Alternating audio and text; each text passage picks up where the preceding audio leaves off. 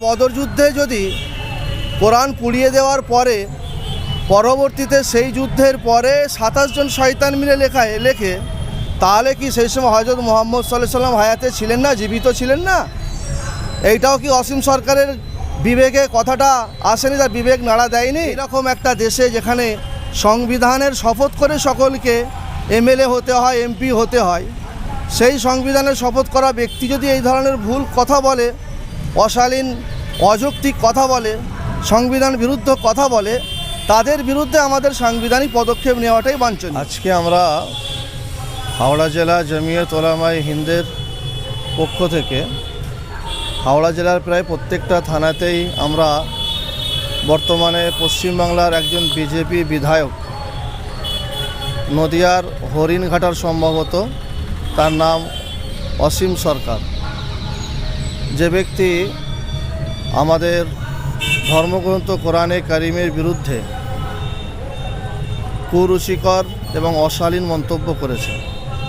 তার মন্তব্য হলো যে কোরআন শরীফ বদরের যুদ্ধেতে নাকি পুড়িয়ে দেওয়া হয়েছিল, আর তারপরে 27 জন শয়তান মিলে কোরআনটাকে তারা বিকৃত করে আবার রচনা করেছে, এবং তাতে নাকি লেখা আছে যে অমুসলিমদেরকে যেখানেই পাবে সেখানেই তোমরা তাদেরকে মেরে ফেলো, কেটে ফেলো, খুঁচিয়ে ফেলো, এতে তোমরা স্বর্গ লাভ করবে।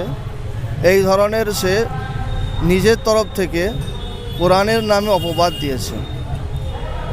অথচ একজন জনপ্রতিনিধি যে সংবিধানের শপথ নিয়ে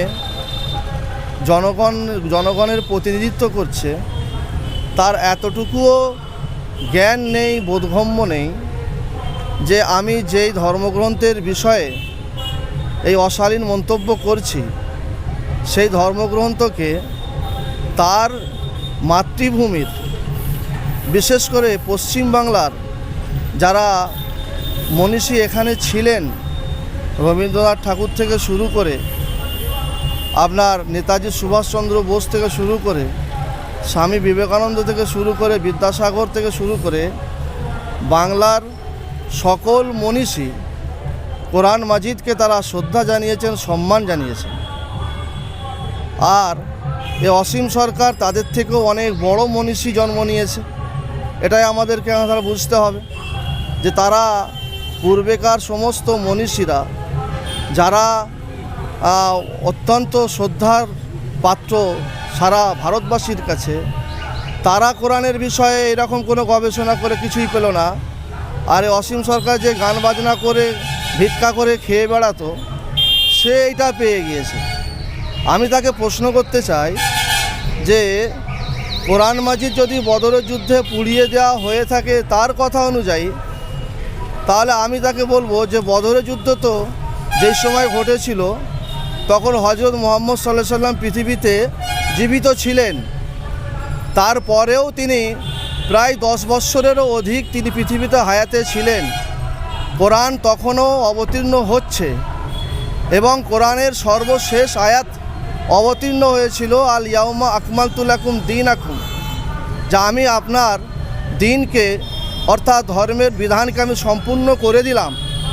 এটা তো হযরত মুহাম্মদ সাল্লাল্লাহু আলাইহি ওয়াসাল্লামের উপর অবতীর্ণ হয়েছিল বদর যুদ্ধের অনেক পরে। তাহলে বদর যুদ্ধে যদি কোরআন পুড়িয়ে দেওয়ার পরে পরবর্তীতে সেই যুদ্ধের পরে 27 জন শয়তান মিলে লেখে, তাহলে কি সেই সময় হযরত মুহাম্মদ সাল্লাল্লাহু আলাইহি ওয়াসাল্লাম হায়াতে ছিলেন না, জীবিত ছিলেন না? এইটাও কি অসীম সরকারের বিবেকে কথাটা আসেনি, তার বিবেক নাড়া দেয়নি? অতএব এই রকম অনেক আছে যারা মাদকদ্রব্য সেবন করে, ব্যবহার করে, এবং তারা যে কোনোভাবে এমএলএ বা এমপি হওয়ার জন্য চেষ্টা করে, জনপ্রতিনিধি হওয়ার চেষ্টা করে, আর ধর্মের নামে মানুষকে বিভ্রান্ত করে, ধর্মীয় গ্রন্থের বিরুদ্ধে তারা বিরূপ মন্তব্য করে। এরা তাদের কতটা নিম্নমানের তাদের রুচি এবং তাদের যোগ্যতা, তাদের সভ্যতা, তাদের কালচার, তাদের সংস্কৃতি, এটা তার এই ভাষা থেকেই ভারতের বিশেষ করে বাংলার জনগণ বুঝে নিয়েছে। তবুও আমরা এই রকম যাতে করে এই রকম একটা দেশে যেখানে সংবিধানের শপথ করে সকলকে এমএলএ হতে হয়, এমপি হতে হয়, সেই সংবিধানে শপথ করা ব্যক্তি যদি এই ধরনের ভুল কথা বলে, অশালীন অযৌক্তিক কথা বলে, সংবিধান বিরুদ্ধ কথা বলে, তাদের বিরুদ্ধে আমাদের সাংবিধানিক পদক্ষেপ নেওয়াটাই বাঞ্ছনীয়। তাই আমরা আজকে হাওড়া জেলা জমিয়ত উলামায়ে হিন্দের পক্ষ থেকে প্রায় প্রত্যেকটা থানাতে আমাদের প্রতিনিধিরা যাবে। ওই কুখ্যাত অসীম সরকার বিজেপির এমএলএ, তার বিরুদ্ধে ডেপুটেশন এবং এফআইআরের কপি আমরা জমা দিচ্ছি, আবেদন করছি। দেখছি সে কতদূর তার ক্ষমতা আছে, সে কতটা কি করতে পারে। আর আমরাও গণতন্ত্রের উপর বিশ্বাস করি, সংবিধানের উপর আমাদের আস্থা আছে, দেশের ল অ্যান্ড অর্ডারের উপর আমাদের বিশ্বাস আছে, আস্থা আছে। এরকম কত অসীম সরকার এসেছে, কত গেছে, এরাও চলে যাবে, হাওয়ায় উড়ে চলে যাবে। কিন্তু দেশের সংবিধান, গণতন্ত্র, সার্বভৌমত্ব এখানে বজায় আছে এবং থাকবে। আমরা চাই এই ধরনের ব্যক্তিদের বিরুদ্ধে সরকার এবং বিশেষ করে রাজ্য সরকার আমাদের এই বিষয়টাকে নিয়ে তারা ভালো করে নজরদারি করুক এবং ওই ব্যক্তিকে অ্যারেস্ট করুক, তাকে উপযুক্ত শাস্তি দিক, আইনত তাকে শাস্তি দিক। আমরা দেখেছি যে বিভিন্ন থানায় এফআইআর হওয়ার পরে উনি আবার বলছেন, প্রমাণ দিচ্ছেন যে আমার কাছে প্রমাণ আছে, সোশ্যাল মিডিয়ার মাধ্যমে এসে প্রমাণ দিচ্ছেন যে আমি যেটা বলেছি ঠিকই বলেছি। না, তাকে তো আমাদের অনেক স্কলাররা বলেছে যে ঠিক আছে, আপনি যে কথাটা বলছেন, আপনি আসেন ওপেন কোনো সমাবেশে, আপনার কাছে কি তথ্য আছে আসেন, ডিবেট করেন, কোনো সংবাদ চ্যানেলের এতে স্টুডিওতে আসেন, কোথায় আপনি আসতে চান। আমাদের অনেক স্কলার আছে ওই রকম অশিক্ষিত বর্বর, যারা মানে আমাদের ভারতবর্ষের পশ্চিমবাংলার যারা জনপ্রতিনিধিদের কলঙ্ক, তাদেরকে জবাব দেওয়ার জন্য বড় বড় স্নাতক দরকার নেই। আমাদের মতো ছোটোখাটো ক্ষুদ্র যারা আমরা স্কলার আছি, স্নাতক আছি, ওদেরকে আমরা ঠিক কায়দা করে দেবো, অসুবিধে নেই। ওরা আসুক না আমাদের সামনে, দরকার হয় প্রশাসন থাকবে, পুলিশ থাকবে, সেখানে ওর সঙ্গে আমাদের ডিবেট হবে, দেখি কত বড় শিক্ষিত ব্যক্তি। উনি তো বলছেন যে আমি যেটা বলেছি ঠিক বলেছি এবং মরে গেলেও আমি ওই কথাই বলবো। এটা তো ওনার গাজোয়ারির ব্যাপার, সেটা ওদের ওইটাই টেন্ডেন্সি, ওদের কালচার ওটাই। আমাদের কালচার ওটা না। আমাদের কালচার হলো গণতন্ত্রকে আমরা সম্মান করি, সংবিধানকে সম্মান করি, সেভাবে সকলেই এখানে নিজেদের সব কিছু নিয়ে, নিজের স্বাধীনতা নিয়ে, সাংবিধানিক অধিকার নিয়ে তারা জীবনযাপন করুক, সকলের পূর্ণ অধিকার আছে। ওই রকম ব্যক্তিদেরকে দেখে তো আমরা চলি না, কিন্তু ওরা সমাজকে দূষিত করবে, এটাও আমরা হতে দেব না। তার জন্যই আমরা আজকে পদক্ষেপ নিয়েছি। আমাদের রাজ্য জমিয়ত উলামায়ে হিন্দের স্বনামধন্য সভাপতি হযরত মাওলানা সিদ্দিকুল্লাহ চৌধুরী সাহেব, তার নির্দেশে আমরা প্রত্যেকটা জেলা নেতৃত্ব, প্রত্যেকটা জেলার থানায় থানায় আমরা তার নামে ডেপুটেশন এফআইআর করছি। দেখা যাক, দেশের আইনের প্রতি আমাদের সকলেরই আস্থা আছে, ভরসা আছে, এর বিরুদ্ধে একটা অবশ্যই অ্যাকশন নেওয়া হবে, এটাই আমার আশা করি। এখানে কি আপনাদের এফআইআর গ্রহণ করেছেন? হ্যাঁ, আমাদের এফআইআর গ্রহণ করে দেখেন, এই তো আমাদের এফআইআর নম্বর সব দিয়ে করে নিয়েছে, রিসিভ করে নিয়েছে, আপনারা দেখতে পারেন, অসুবিধা নেই। এর আগেও আমরা দেখেছি মুসলিম বিদ্বেষী কথা বলার জন্য অনেক বিজেপি নেতা, তাদের বিরুদ্ধে এর আগেও অনেক কেস হয়েছে, কিন্তু কোনো ব্যবস্থা নেওয়া হয়নি। এটা আমরা আমাদের জন্য যদি এরকম কোনো সংবাদ থাকে সত্যিকারের, সেটা আমাদের জন্য বড় দুর্ভাগ্যজনক।